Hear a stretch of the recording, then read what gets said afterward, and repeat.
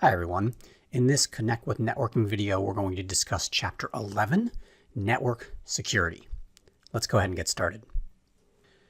Security for businesses has always been a major concern, but with the advent of the use of computers and networking, and in particular the use of the internet for e-commerce, the nature of security has changed very dramatically.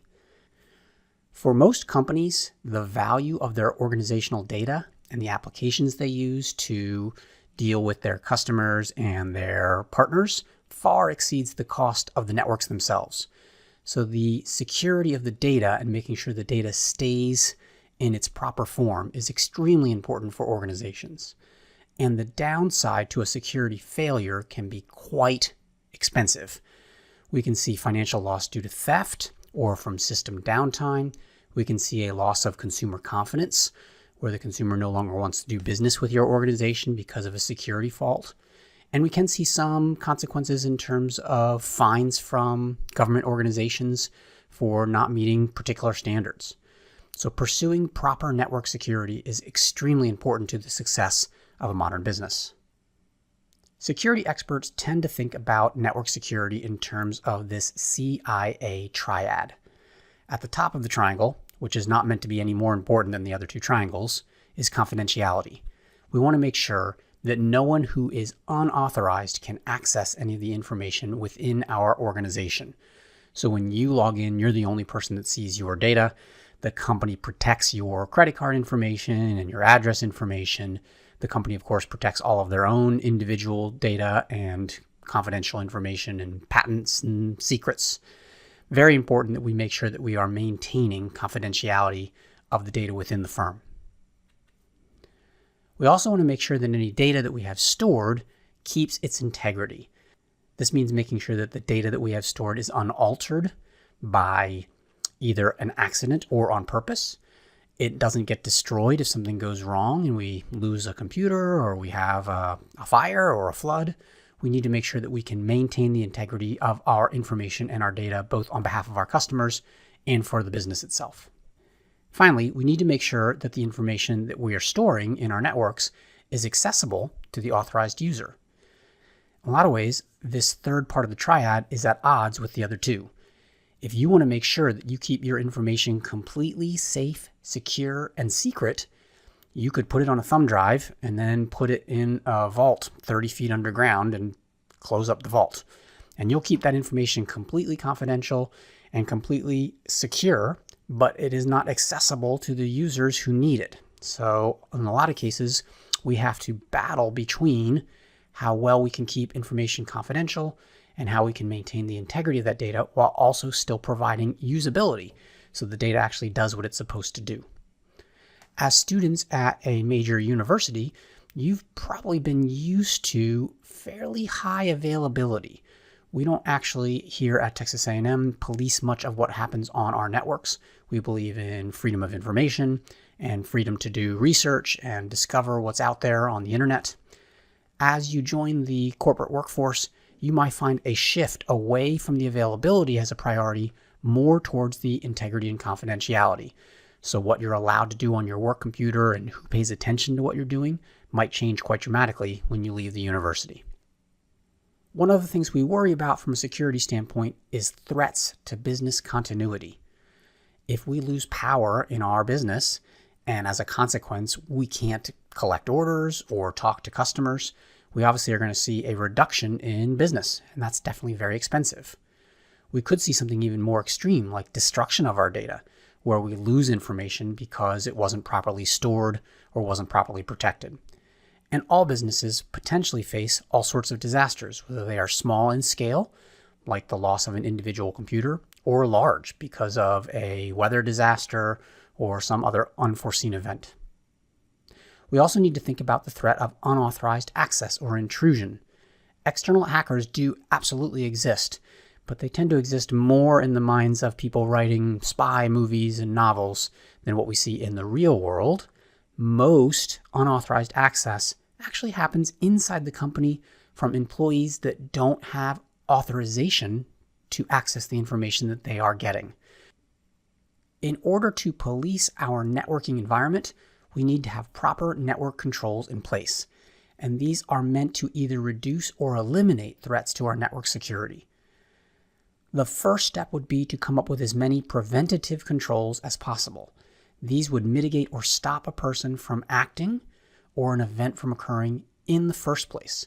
So protecting data from being damaged either by accident or on purpose, preventing access to information for people who don't actually have permission to view or modify data, keeping things away from individuals that aren't supposed to actually have any control over that data is the key concern here. Think about products and services in your life that have preventative measures that prevent you from making mistakes. I owned a 1992 Honda Accord back in college, and it had a feature where the only way you could lock the car was by getting out, closing the door, and then locking the door with the key from the outside.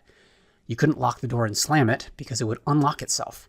So there was virtually no way of locking your keys in the car. It was an effective preventative control to prevent me from making a terrible mistake. After tackling preventative controls, the next important step would be detective controls, because no matter how careful we are, it's still possible for unwanted events to occur. When they do, it's extremely important that we're aware that they happened through things like auditing and other alerts and measures that notice when something unusual is happening with our information. A third critical step would be to move from the detective control to the corrective control. If something does go wrong, can we respond to it and remedy the unwanted event or intrusion? So once we know that something has happened that we didn't want to happen, how do we fix it? There are lots of ways to measure how well we're doing with our preventative, detective, and corrective controls. There are a series of risk assessment frameworks that have been suggested and adopted throughout the industry. We're not going to go into the specific details of these various frameworks, but you might see these out in the workplace, and these acronyms are meant to represent ways that we could potentially assess risk for our network environment. In general, when we're assessing risk, we want to develop the various measures, how we're going to actually determine what risk is. We're going to identify the IT assets that are potentially at risk, identify the threats for those specific IT assets, document any existing controls that might prevent or detect or correct, and then identify where we might be able to make improvements. For the first step, where we're developing risk measurement criteria, it's important that we look at how threats impact our organization and then prioritize and evaluate each of their various measures. So if we look at something like a financial impact, which is obviously very important to the company, a measure like sales dropping by less than 2% would be a fairly low impact, while sales dropping by more than 10% would be considered high impact. So we're giving ourselves some benchmarks for how we would measure a specific impact to the company. And we could do this for productivity or reputation or legal issues. In step 2, we would want to identify the various IT assets that could be affected by some sort of security risk. We certainly want to focus on mission critical applications first before we look at some of the other IT assets we might have that are not as important. We'd then want to document and evaluate why the assets we've identified as mission critical are in fact mission critical. The various asset types would include hardware like servers and clients and network devices, circuits that connect our various hardware devices together, the software we're running on our systems, which includes both operating systems and application software, and of course the organizational data. And like I stated in an earlier slide, we tend to value the databases that store our organizational data as a higher value than anything else on this list. Maintaining the security and integrity of our organizational data is critical. Step 3 in risk assessment is identifying potential threats. Anything that could do harm to our network or interrupt our systems would be a potential threat, and we want to create threat scenarios that describe how an asset could be compromised by that threat. This would include things like the likelihood of an occurrence, the potential consequences of a threat, and maybe even some risk scores to try to quantify both the impact and likelihood. Let's look at some generic examples. The average dollar loss per event for things like a virus are fairly low. They don't necessarily cost the company that much money. However, Computer viruses are extremely common, so while they're not necessarily that expensive, because of their prevalence, we probably should spend some money on antivirus software and education to prevent viruses from affecting our network. Things like external hackers are not particularly common, but they can be very expensive, so we absolutely should harden our system against external intrusion. And things like natural disasters, while very rare in most circumstances, can be exorbitantly expensive. So choosing the proper location and designing equipment that is resistant to fires and floods and other natural disasters is extremely important, even though we anticipate not having any natural disasters based upon statistics. Step 4 in risk assessment is documenting any existing controls. In most cases, companies are not completely starting from scratch. They are looking at existing systems and trying to make improvements. So we can look at our existing controls and determine how we are currently responding to the various risks to our IT assets. In some cases, we might just accept a risk. If the risk is fairly low impact or fairly low probability, we might just accept that it could happen and deal with it if it does. In most companies, securing something like a laptop or a tablet is impractical, so we allow for the fact that that may occur, and then we would replace equipment as necessary. We might have some sort of risk mitigation in place, where we use controls to remove or reduce the impact of a threat. So on laptops, often we mandate that the data that's stored on that device is encrypted.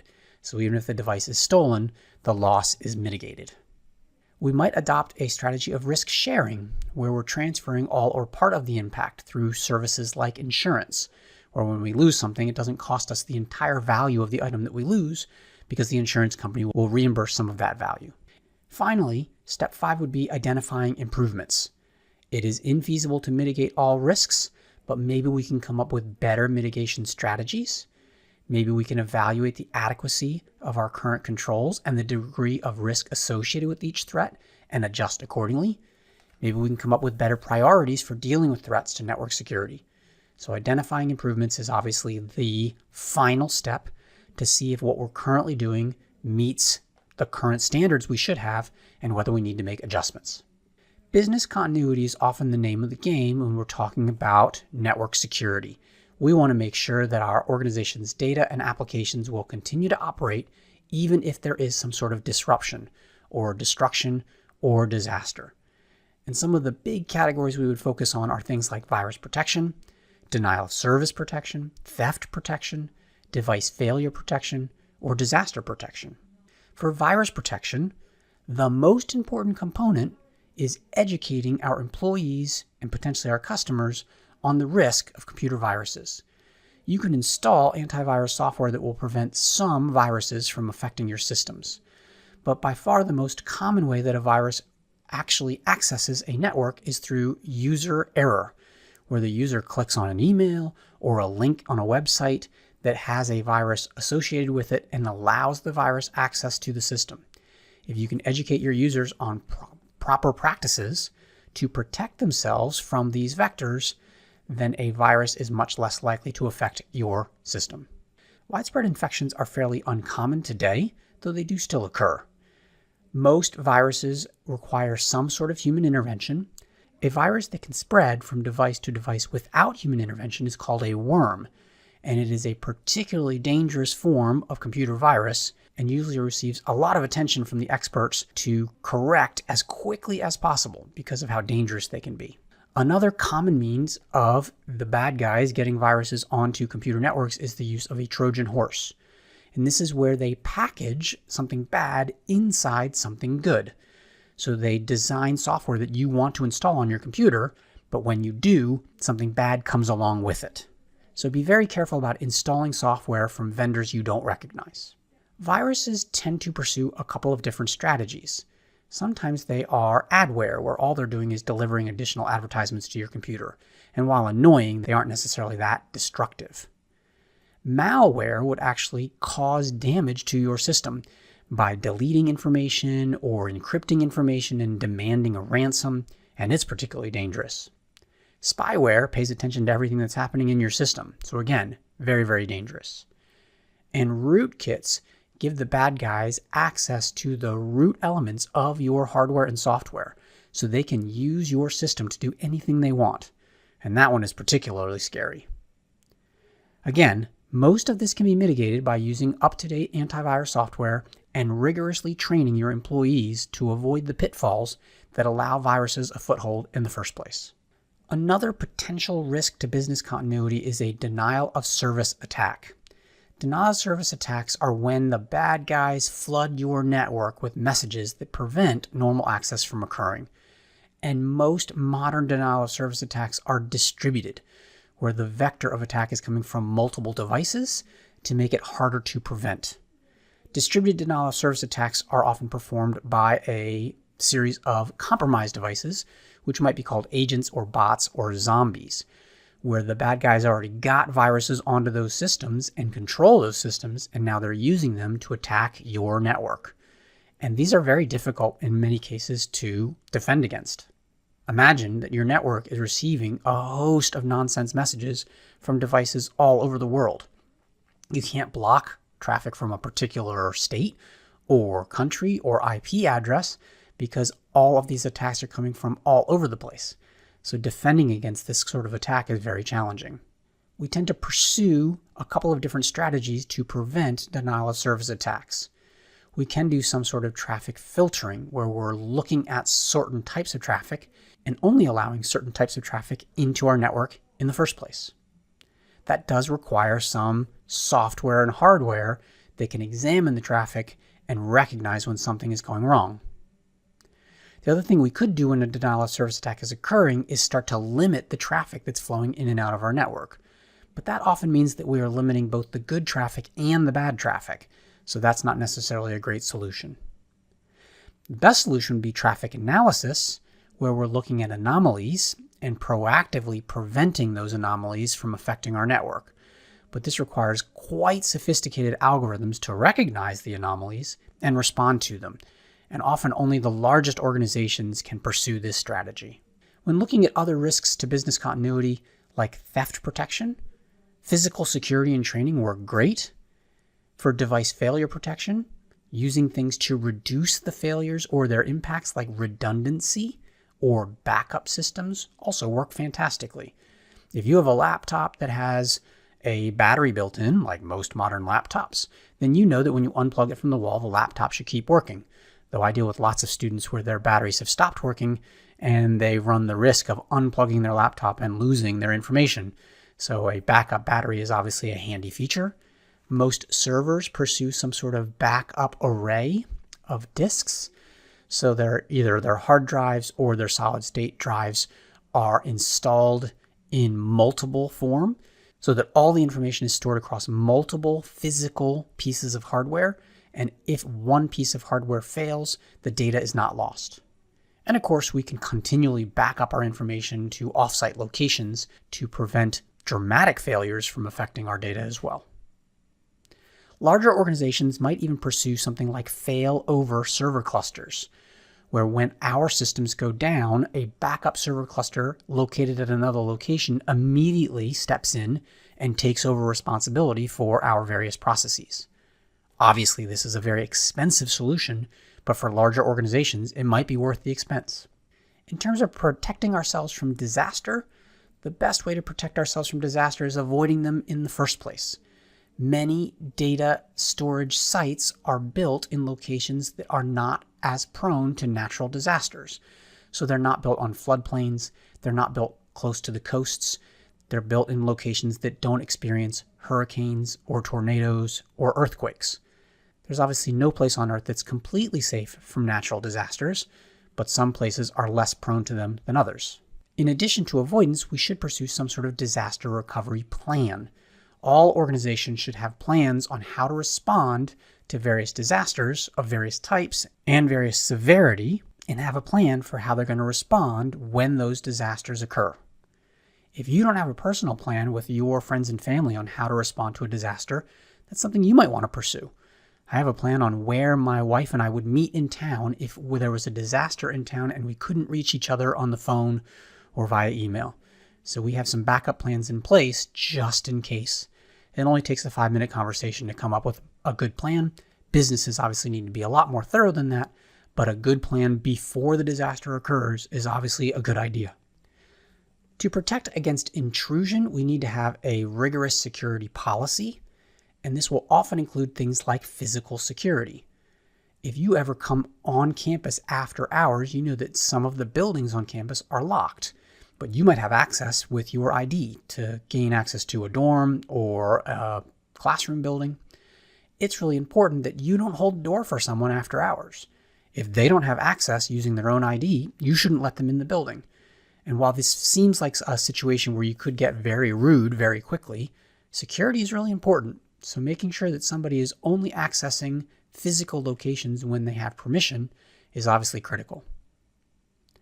There are lots of different types of intruders on a computer network. There is a derogatory term called script kiddies that we use to talk about novices that use software that was written by other much more sophisticated programmers. And they use that software to then hack networks. They don't really know what they're doing themselves, but they've purchased software that does the job for them. Some hackers are recreational, and they're just motivated to do it because they can. They're curious, or for entertainment purposes to kind of prove that they can do something and have bragging rights. But professional hackers are often hired for espionage or fraud purposes. And one of the most common hacks that's happening very regularly now are ransomware attacks, where the bad guys will hack a system, get into the system and encrypt critical data, and then hold that data ransom until the company pays for the decryption key. There was a recent case that happened just a few months ago for Garmin, and the rumor has it that their insurance company paid a $10 million ransom to free up their data. Whether that's true or not, I do not know at this time. One of the ways we can prevent intrusion from outside locations is the use of firewalls. Firewalls will examine the source and destination address of every packet and only allow certain types of traffic in or out of the network. They'll also use some sort of access control list to decide what kind of packets are allowed or denied. Packet level firewalls have some sort of rule. So in this case, you can see that the traffic we're letting into our network's organization is information from either port 80 or port 25. If traffic came in for port 23, we would deny it. So we're not letting any of that traffic actually into the system. The other possibility is to install application level firewalls. This uses what's called stateful inspection to examine traffic that makes it to layer 5 to see if it looks unusual, it's behaving anomalously. Yet another potential protection from intrusion is using network address translation. You probably use network address translation on your personal network, where you have one router that's connecting to your ISP that has one external IP address assigned to it, and then assigns multiple IP addresses to your local area network. The outside world sees all of the traffic from your personal network as one IP address, and the outside world never knows the actual internal IP addresses of the devices that are sending and receiving information. By obfuscating your internal IP address, you are potentially protecting your equipment from external intrusion. Here's a picture using a variety of different firewalls to protect your network. You can see that some of our servers are in what's called the DMZ or demilitarized zone, where they are revealed to the outside world, but we have some packet level firewall that prevents certain types of traffic from flowing into those servers. We have some additional network address translation firewalls that shield the identity of our clients in our private networks from the outside world. And we would probably have application level firewalls on individual clients that examine traffic as it flows in and out of our devices to make sure the traffic actually looks reasonable. Intrusion can be prevented by the use of encryption, where we scramble the signal that's moving from place to place. The strength of your encryption is based heavily upon the strength of the algorithm you're using and the key you're using. So a complicated key and a sophisticated algorithm will provide very good security. And for the most modern of encryption algorithms, the only way of beating them is a brute force attack, where you try every single possible solution. If the keys that you're using to decrypt your information are very large, then the bad guys have to guess at lots and lots and lots of possibilities, which becomes impractical. A further measure of intrusion prevention would be user authentication, where we design user profiles and only allow certain users access to certain resources. This is the experience that you have here on campus, where when you log into a computer in a lab, you have access to only certain resources within that lab or on campus. Part of user profiles is authenticating the user, and the best way of pursuing authentication is two-factor or multi-factor, where you have to provide multiple pieces of information to verify who you are. Usually it's something you know, like a password or passphrase or PIN, combined with either something you have, like an access card or a smart card or a token that might be running in software on your phone, or something you are, like your fingerprint, your handprint, or your retina. By combining both things you know and things you are or things you have, we dramatically improve the authentication process to make it very difficult for the bad guys to beat. If you are not using multi-factor authentication on your most important sites, like your banking sites and your school sites, and anything else that you want to protect your information, you are missing out on a critical component to protecting your information. An intrusion prevention system often sits just outside the first firewall and detects if unusual things are happening flowing in and out of your network. And when it identifies various pieces of traffic that might be concerning, it reports them to a host-based IPS or application-based IPS so that the administrators can respond accordingly. We would also have network address translation firewalls that include intrusion prevention systems and some internal sensors so that if something really is happening inside our system, we can recognize that as well. So intrusion prevention systems are located throughout our network to prevent the intrusion from occurring in the first place, to detect the intrusion once it has occurred, and then to allow for corrective measures if something bad really truly has happened. In general, the most important recommended practices are to have a clear set of disaster recovery plans for all sorts of disasters, both big and small, to have a strong security policy that is rigorously enforced and receives regular training for the users, to use all sorts of security controls to protect both hardware, software, and information from either intentional or unintentional damage, and to filter information flowing in and out of your network to further prevent potential harm on your network. Network security is the fastest growing area of networking, and I've only just scratched the surface in this discussion. If you find this topic interesting, there are many career opportunities in the network security field, and I strongly encourage you to further your pursuit of knowledge in this area. We anticipate that the cost of security will continue to increase because the types of attacks that we're seeing get more and more sophisticated and therefore require more and more sophisticated controls to prevent those attacks from being successful. It is critical for businesses to have a high-functioning network that is readily available effectively 24/7, and so network security will continue to be an extremely important component of the modern business. That's it for this lecture.